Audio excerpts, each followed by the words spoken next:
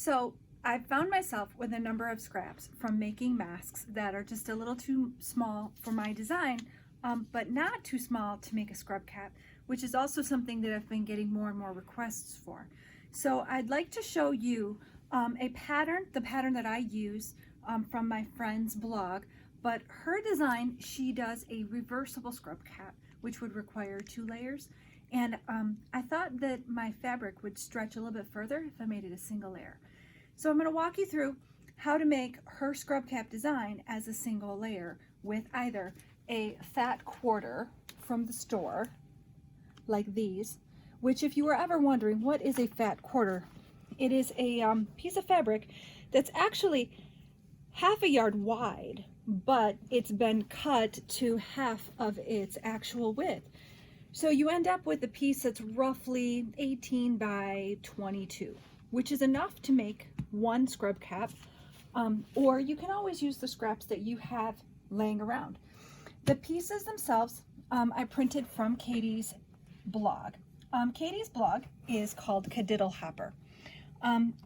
If you visit her blog now, you would find that she reiterates her instructions here with a link to printable PDF of the pattern and the instructions, which is where I got my pieces from. I will also explain that in her design, because it is reversible, there's no need for any trim around the edge. But because I'm doing it as a single layer, I need something to finish the edge of the surgical cap. So you have a choice of either using store-bought bias tape, double fold. Single fold will work if it's wide enough. This is a single fold bias tape. And what I would do is stitch it and fold it over on the edge, so it would be that wide. Or you can, if you have enough fabric, produce your own trim tape as well. So let me show you how this is going to work. So I have printed my pattern pieces and I have cut them out. What I have in front of me are fabric options that are easy and a little more work, but only for one small reason. This is one of the scraps left from my mask. The reason it's a little bit more of a challenge for the scrub cap is simply because it's a smaller piece of fabric. The band piece is supposed to be cut on a fold. It really needs to be about 24 inches long, but obviously this fabric scrap is not that large. So what you can do if you find yourself with not very large pieces of fabric, but one that's at least say 14 by 16, you can cut the band not on the fold. You would need 2 of them, and what you'd want to do is give yourself about 1/4 to 1/2 inch and add a seam allowance here, so that then you would stitch where that fold mark is, and then you would wrap that around the head piece, which would fit there, and you only need 1 of those. Now this option means that you would need to give yourself a seam allowance, and when you construct it, you would then need, like I said, a double or single fold bias tape to go around the edge, which is 42 inches long. The easier option would be, obviously, if you had a larger piece of fabric. If it's at least 24 inches wide, you can cut this band on the fold without having to add a seam allowance, without having to do any additional stitching, and then your headpiece will obviously fit very nicely there. This option also is nice because if you have a larger piece of fabric, you can cut and create your own trim with 1.5 inch wide strip, as long as your fabric is 42 inches long.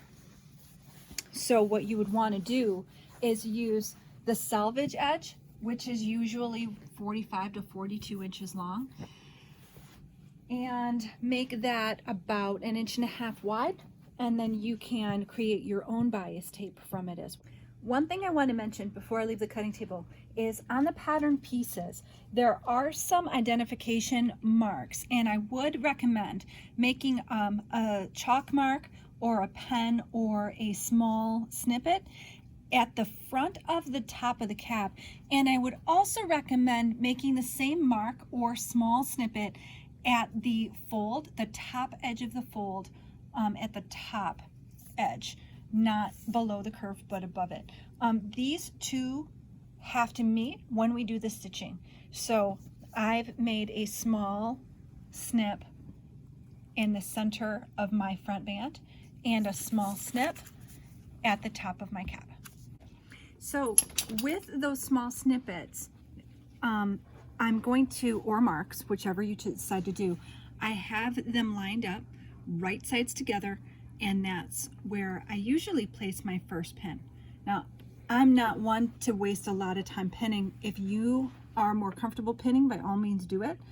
What I'm going to do is wrap that band around the edge of the top of the cap and have the corners meet, and I usually throw a pin in there.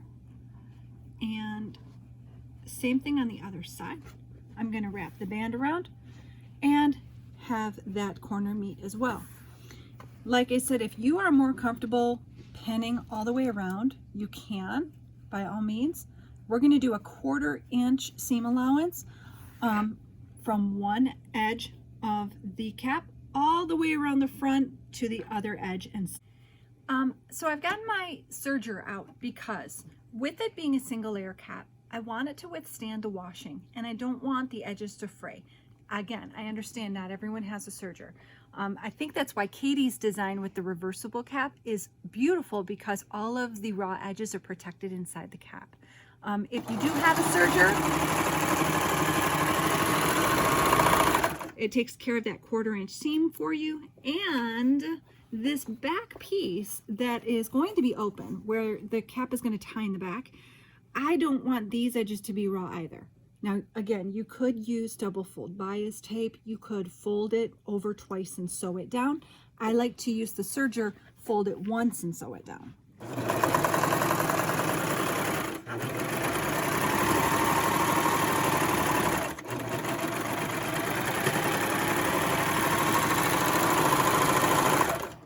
And now I'm going to head over to my regular machine. I'm going to fold this serger edge toward the inside and just do a simple straight stitch along that edge. So I want to run through the options you have for finishing that edge around the cap that's also going to turn into the ties in the back. Easiest option would be double fold bias tape.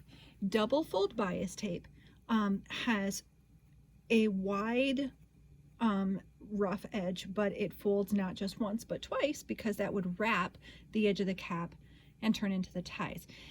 Upside, it's the fastest of all. Downside, it's expensive because you have to buy them by the package.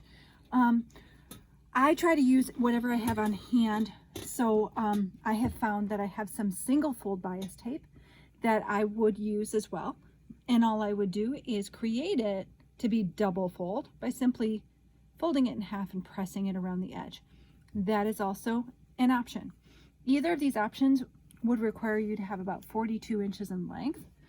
I had this pink bias tape on hand. It is double fold, but man, is it wide. I wouldn't want to put that on the edge of the cap. But what I could do is trim it right down the center, and then I'd have two pieces for two caps, and I would refold it. So this is also an option. If it's too wide, you can cut it down and repress it. And then my last option, since I have a large enough piece of fabric, is to make my own double fold bias tape. What I have here is a bias tape folding kit that I had previously purchased online.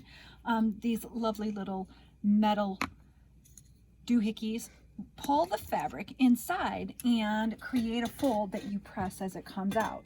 So what you want to do is you want to cut the edge of your fabric so that you have a point, and then you gently slide it inside of the metal mouth, and if you're really lucky, the point edge will come out the other side, and as you pull it through, you are creating a single fold that you would press, and as you withdraw the metal piece, it creates that fold, continues, pulling it backwards, advancing the iron. And once you are able to progress down the full length of your strip, then you would fold this in half and have your double fold tape. Now, this set of bias tape makers, they come in various widths. I just kind of played around with which one gave me the result I liked the best. This red one seems to work well when I have an 1.5 inch wide strip. And then I'm going to come all the way back to the beginning, and to get the double fold to wrap that edge, I'm just simply going to fold it in half. Have those folded edges meet with the raw edges in the center, and I just repress one more time. And then our next step will be to apply this to the edge of the cap. So I have created my own double fold bias tape from the fabric of the cap itself, since I did have at least 42 inches to work with. What I've now done is marked 9.5 inches from one end, 9.5 inches, because that's where it's going to join with one back edge of the cap. I've done a bunch of these now, and I've figured that the best, cleanest finish is if you apply this 9.5 inch mark to the inside of the cap by folding up and matching those two edges. So you have the wrong side of the cap touching the right side of the bias tape. Okay, what I'm going to do is go over to the machine, and I'm going to sew right in that ditch that I've created with the iron with that fold. I'm going to sew just inside that ditch all the way around the outside edge of the cap. I'll see you in a minute.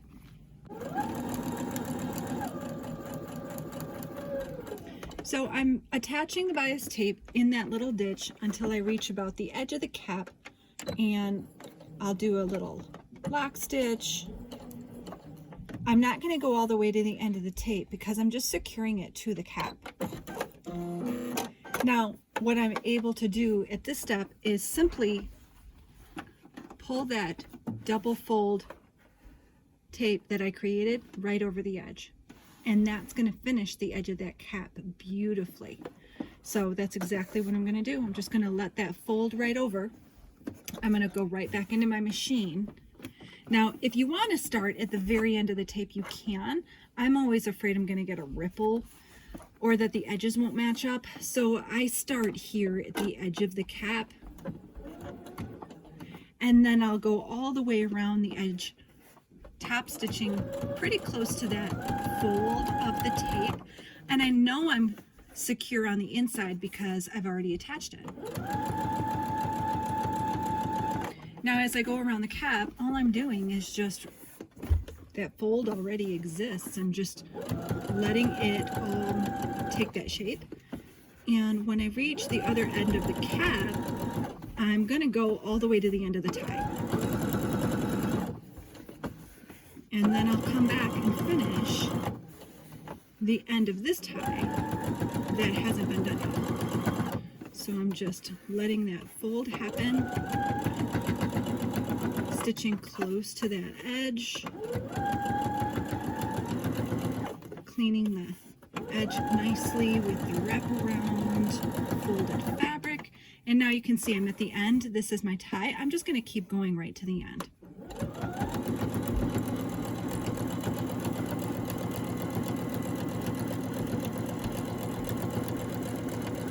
And when I reach the end of this tie, I can backstitch a little bit, but I really don't need to. Or you can tie a knot in it. If you want to finish it nicely, I suppose you can. I'm going to go to the end of the other tie. Now, this one hasn't been top stitched. So I would flip the cap over and I would just begin stitching from the spot that I started with, but on the other side, and finish this tie the same way we finished the other one, right close next to those two folded edges together.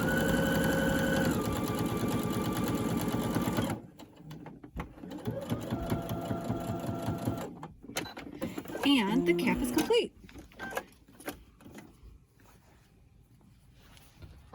I'm just going to trim this up. put it on my head. Hold on, we're not done yet though. Okay. So what we have is the completed cap. You can see the tape double fold that we created, wraps all the way around, and then the ties are open to secure it in the back. The inside's complete, finished, and it is ready to be worn. So if you have any questions, let me know. Like I said, Katie's website or blog, Cadiddle Hopper, you could always Google Cadiddle Hopper scrub cap and it will pop up. Her instructions are fantastic. Her pattern is perfect. I have shared these scrub caps with a number of people, and all, no matter what size, say that it fits beautifully and they're very happy with them. So I hope this helps.